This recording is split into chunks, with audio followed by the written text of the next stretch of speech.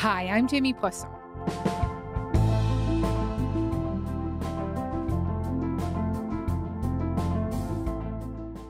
So for weeks now, Joe Biden has stubbornly insisted he was the man to beat Trump in November, while voters, donors, pundits, colleagues, and friends believe the exact opposite. That Biden was, in fact, a liability who is marching towards a devastating loss. Well, as I'm sure you have heard, that changed yesterday. Biden is out and a new wave of political chaos is breaking. Patrick Svitek is a reporter with the Washington Post who's been covering the Democrats, and he is here with me now.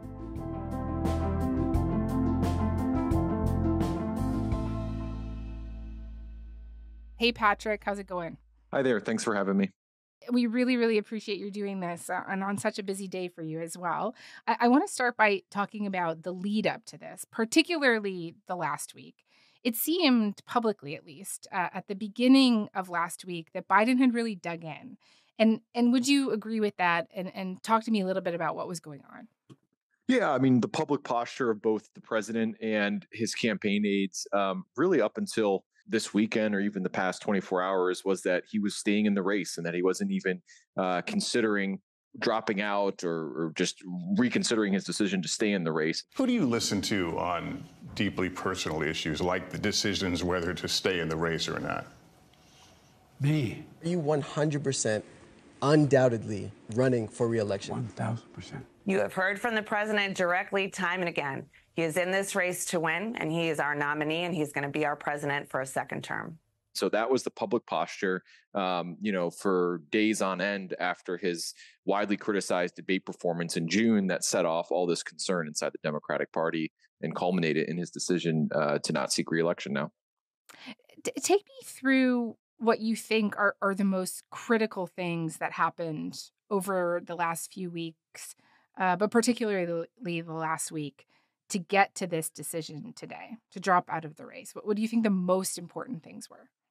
Look, I think that it was becoming increasingly clear that he was losing the confidence of some of his party's top leaders, especially in Congress. The top leaders in Congress had not, explicitly come out and said they no longer supported him. But there was, in recent days, there was a lot of leaks and just various reporting that suggested that leaders in Congress, were still not satisfied at his ability to recover from that debate and run a strong campaign in the wake of it.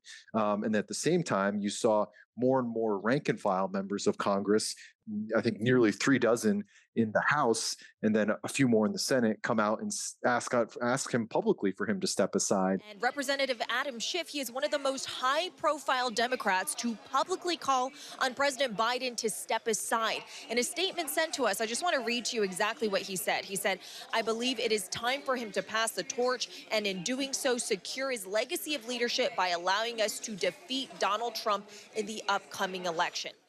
And so I think that's where, at least publicly and probably privately too, most of the pressure was coming from Congress. We have, a very closely divided House. We have a very closely divided Senate. And so those congressional leaders were no doubt thinking about how his continued campaign for president would affect the down ballot races that they are, overseeing in their respective chambers. Right. You're talking about essentially the reporting that came out last week that Chuck Schumer, the Senate Majority Leader, that Hakeem Jeffries in the House, Nancy Pelosi, all basically had told Biden that they didn't think that he could win and that he should step aside. This was a one-on-one meeting, just the Senate leader and the president, and that Chuck Schumer forcefully made the case that it would be better for Biden, better for the Democratic Party, and better for the country if he were to bow out of the race. Pelosi warned Biden that staying in the race could prevent Democrats from winning the House in November. The Washington Post is reporting that Barack Obama, who remains hugely influential within the party, has told allies that his former vice president needs to seriously consider his candidacy. Yeah, I don't want to overgeneralize the reporting, but I think you're generally correct there that, there was increased reporting that in private conversations, some of those leaders, at least some of those leaders you mentioned, were really raising doubts about the viability of his campaign going forward. Mm-hmm. There's also been talk about money, right? And just How did that play into this, if you think it was a big factor in his decision ultimately? Yeah, I think that it was a factor. One of the main reasons that candidates end their campaigns is because they've run out of money. They don't have the money to execute the plan that they've sketched out for winning whatever office they're seeking. And there has been reporting in recent weeks that fundraising, has dried up for the Biden campaign. And so that no doubt had to play a role in this. And it also came at a time where, even before the debate, the Trump campaign was starting to erase the Biden campaign's long held cash on hand advantage. And so, there's almost from the fundraising perspective, two different layers to that story. There is, yes, the reported decline in fundraising after the debate, but also the trajectory that the Biden campaign was already on in becoming overtaken by the Trump campaign with their cash advantage. Biden said in his statement that he released Sunday that he would address the country more this week. And do we know anything more about that now? And why do you think he chose to not do it on Sunday? Like, why wait to address the nation himself rather than just release a statement? So we don't know yet the details on his additional remarks on this decision, where, when, and how those remarks are going to be delivered. He has been self-isolating at home in Delaware due to having testing positive for COVID. So that may be one reason why you only saw a written statement from him today, and not, a statement delivered on camera or a pre-recorded statement. But, he previously had a number of events on his calendar for this week. And it'll be interesting to see if he sticks with them and if he chooses one of those events as the venue to deliver these further remarks on his decision. But right now, as of this hour, me speaking to you, we don't have those additional details yet. Right. And I just want to timestamp this conversation because it's going to come out tomorrow morning. So you and I are talking at around 6 p.m. on Sunday night.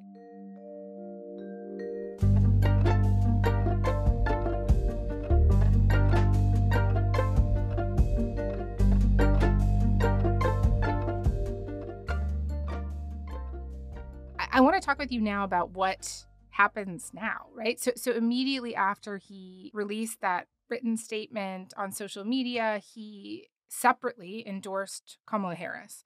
And what do you think Biden's thinking was on that? I think it made a lot of sense. I think it was widely expected that if he were to drop out of this race, that he would immediately endorse his vice president, Kamala Harris, and that if he did anything but that, it would be viewed as a slight to her. Because when you pick a vice president, you are effectively endorsing them to serve in a presidential capacity if you're unable to. And I think you can extend that thinking to serve as the Democratic presidential nominee if you're unable to. So I think that was widely expected. The big question now is how quickly can Kamala Harris coalesce support inside the Democratic Party. I'll just say I think there's been a lot of encouraging signs for her in the first few hours, at least the first few hours since Biden's announcement. You've seen dozens of members of Congress come out and say that they're behind her. You haven't seen that many prominent Democrats, come out and say, well, I want to have a process where people can run against her and we can have all, a big open conversation. So I think the initial reaction to Biden's endorsement of her has been positive for her chances going forward. Explain to me the process, like just because he endorsed her and because Democrats or many Democrats right now are coalescing around her, that doesn't mean that she's like automatically the nominee, right? If you could just explain it to me. Yeah, that's correct. Yeah, that is correct. But at this point, there's still a lot of uncertainty about how the mechanics of all of this will work. All we really know is what was planned before today, which is that the Democratic National Convention, is scheduled for August 19th through the 22nd in Chicago. That is where traditionally the presidential nominee is formally nominated by the party. Due to some state level legal issues that came up earlier in this election cycle, the DNC decided to move ahead with holding a quote virtual roll call to formally nominate Biden ahead of the in-person convention, probably sometime in the first week of August. So those were the prior plans. Now it's unclear how those plans are going to change, if at all. I mean, obviously not going to nominate Biden anymore, but it's a little unclear how that timeline could change leading up to the convention now that, we have Kamala Harris as the Biden-endorsed Democratic presidential nominee. So there's still, I think, a lot to learn there. There was a very general statement put out by the Democratic National Committee chair, Jamie Harrison, on Sunday, right after Biden's announcement. And all he really said is, he made a promise to have a, orderly and transparent nomination process going forward. And he promised to share more information in a short amount of time, unspecified amount of time. So, this is really, and I think even that statement, he acknowledged this was really uncharted territory for the Democrats, at least in modern history. So everyone is, again, even if Kamala Harris looks like the front runner here to replace Biden on the ticket, everyone is still waiting to see what exactly is going to be the party process that could formalize her as the party's new nominee. Just to be clear, right now, if somebody else wanted to seek the nomination, could they just put their hand up and be like, I know that Biden didn't endorse me, and I know that all these other Democrats want Kamala, but I'd like to throw my hat in the ring as well. In theory, could they? Yeah, correct. Right now, I mean, any prominent Democrat, anybody could raise their hand and publicly say, I want to run for president now that President Biden is no longer running. They could, there's nothing stopping them from submitting paperwork to the Federal Election Commission to start raising money for that campaign. But at the end of the day, to be the Democratic presidential nominee, you have to, be formally nominated by the party.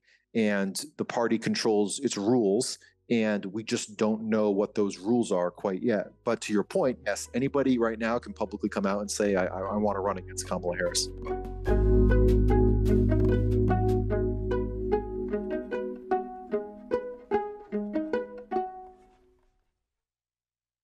Let's say that the process ends up really favoring Kamala Harris or making in some way Kamala Harris the nominee.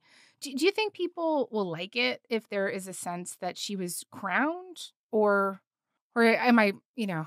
Yeah, that's a great question. I think, at least inside the Democratic Party, I think there's general satisfaction with the idea of effectively swapping Biden out for her as a Democratic presidential nominee. I think there's been ample public polling showing that Democrats did have reservations about Biden as their nominee and that they would be amenable to having Kamala Harris as the nominee instead. I think the open question is how that plays with the broader electorate.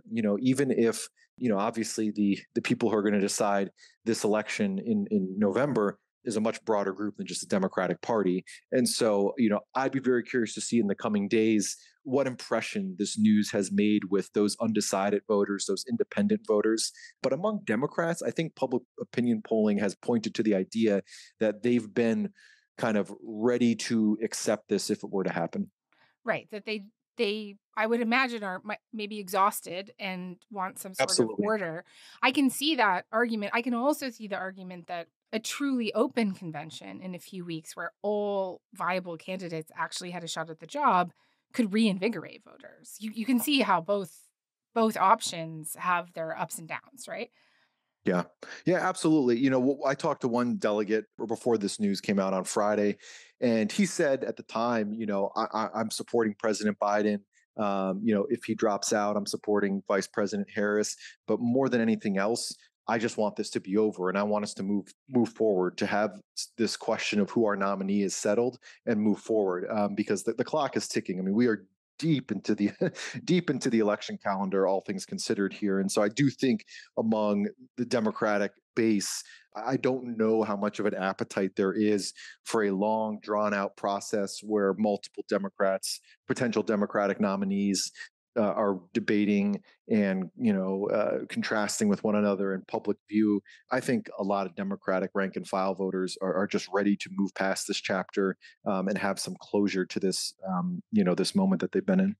I will just say, as an aside, as a Canadian, it's always funny to me to listen to Americans talk about being deep in an election cycle, because we look at it and we're like, 100 days till an election. That sounds pretty good. That sounds like a lot of time.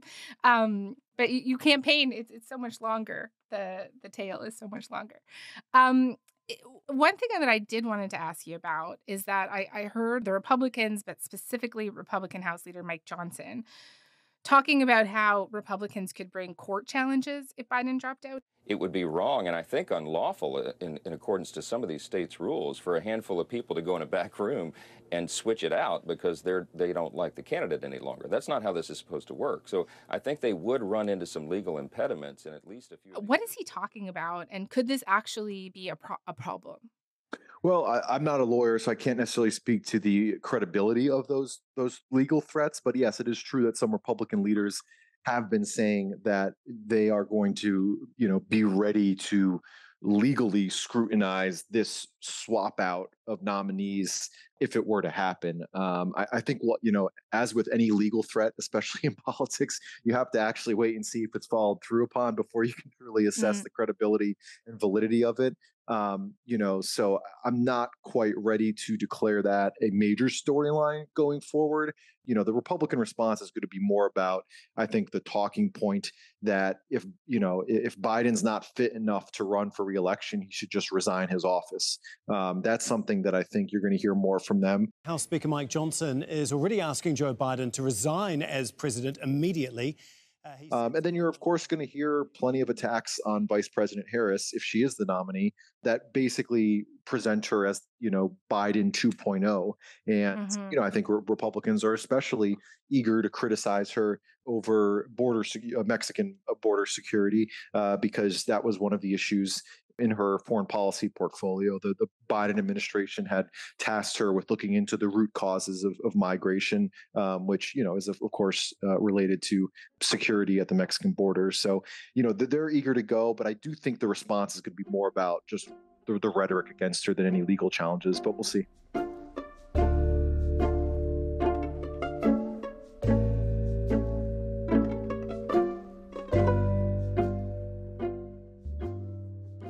Putting aside the fact that she's there, right, that she's just the vice president and it's easier to go with her, what does she have going for her that might serve her well going up against Trump and his now running mate, J.D. Vance?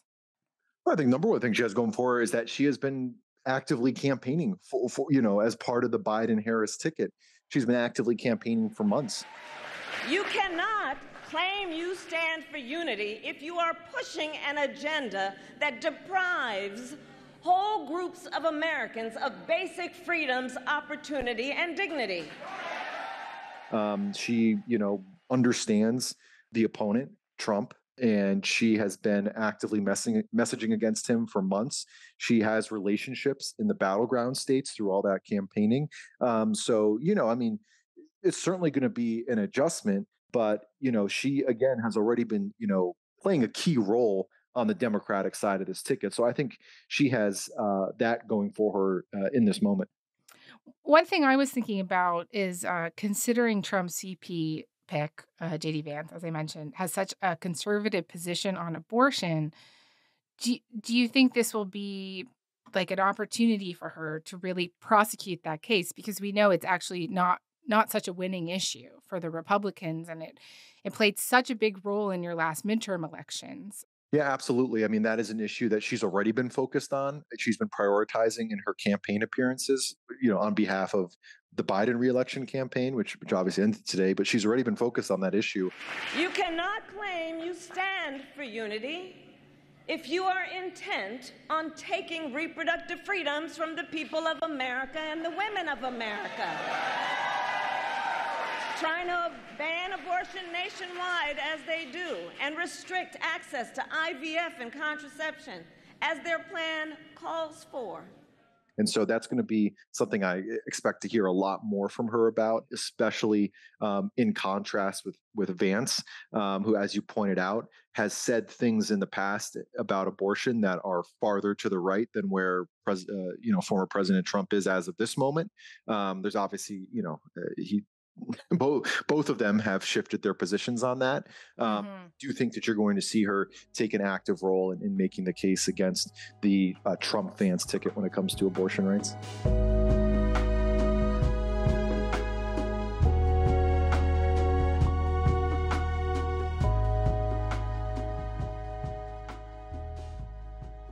I want to end this conversation today by coming back to President Biden. And look, there's kind of two versions of Biden that are being talked about at this moment, or that have been talked about over the last several weeks. One is a hero. The other is a stubborn and selfish, at times, president. And can you just flesh that out for me? Well, I think that because he decided to make the decision when he made the decision, I think that largely the party is going to publicly embrace him as a hero who put the country's interest ahead of his own interests. But I do think that we were at an inflection point in this timeline where if he had continued to hold out past this weekend, if we got another week into the future and he was still refusing to step aside, that I do think you would have seen party leaders start coming out against him more publicly, and it wouldn't have been as graceful as an exit. And so I do think in choosing to get out when he did avoid, I think, more open recriminations among his fellow Democrats. And in choosing to get out when he did, he ensured that it's a relatively graceful exit where everyone is praising him for his courage in making this tough decision. I get that response now. I was wondering, though, and I'm not sure this is a totally fair question to throw at you because it's got a bit of a crystal ball vibe, but like, do you think there is a version of this story where history doesn't actually end up remembering him as a hero who put his country first, especially if the Democrats lose in November? Because, and I say this because, the concerns over his age, they didn't just pop up after the debate, right? They've been going on for years. Yeah, I mean, that is a great question, and I honestly don't know exactly what the legacy will be. As you pointed out, we still have to actually get through the November election, and whether the next Democratic nominee, whether it's Kamala Harris or someone else, whether they win that election or not, will probably be part of how his legacy is remembered, just because he set Democrats up for this, this moment and this challenge by insisting on running for re-election up until this point. So I do think it's a little unclear, and time will tell on, what his legacy is in light of all this. But I do think, again, given the timing of his decision, he made the decision at a time that, at least in terms of the public statements from Democrats, allows it to look like it's a graceful exit and something that he should be lauded for inside the party. Okay. Patrick, thank you so much for this. It was great. And I have never seen a week in politics like the one that we just witnessed. So thank you so much for making the time. Absolutely. Thanks so much.